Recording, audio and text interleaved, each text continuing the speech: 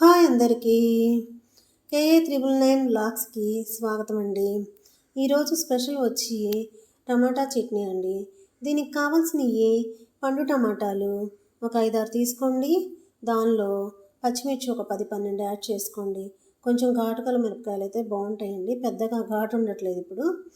సరే అలా యాడ్ చేసేసుకోండి. దానిలో రాళ్ళ ఉప్పు, పసుపు వేయండి. స్కిన్ విడిపోయిన దాకా కూడా దాన్ని కలుపుతూ ఉండండి. కొంచెం మరీ గట్టిగా కాకుండా ఒక మోస్తరుగా అయిన తర్వాత మనం బాండ్లీ దించి వేయచ్చు. చట్నీకి మనం రెడీ అవ్వచ్చు. ఇంకా దీనిలో 80% వాటర్ ఉందండి. హై కాల్షియం ఫుడ్ అండి టమాటా. దీన్ని ఫేషియల్ కూడా బాగా వాడతారు.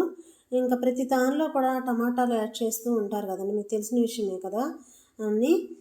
ఇంకా నాన్ వెజ్ వాటిల్లో కూడా ఇవి యాడ్ చేస్తూ ఉంటారు.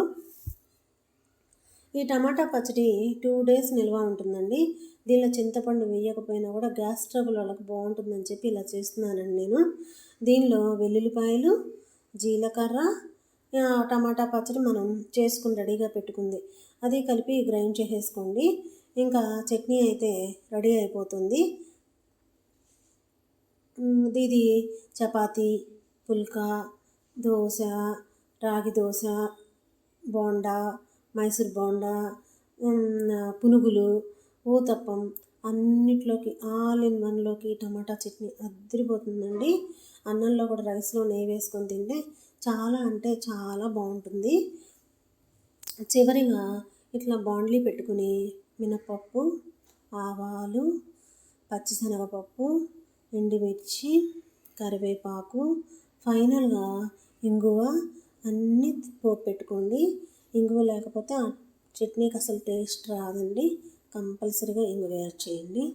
ఇంకా అయిపోతుందండి. ఇలా దానిలో పోపు పెట్టేసుకొని పచ్చడి రెడీ అయిపోయిందండి. ఇంకా మీకు ఈ వీడియో నచ్చినట్లయితే లైక్, షేర్, సబ్స్క్రైబ్ చేయండి. లేకపోతే మీకు పచ్చడి మంటగా ఉంటుందండి, సబ్స్క్రైబ్ చేసుకోండి. Have a nice day.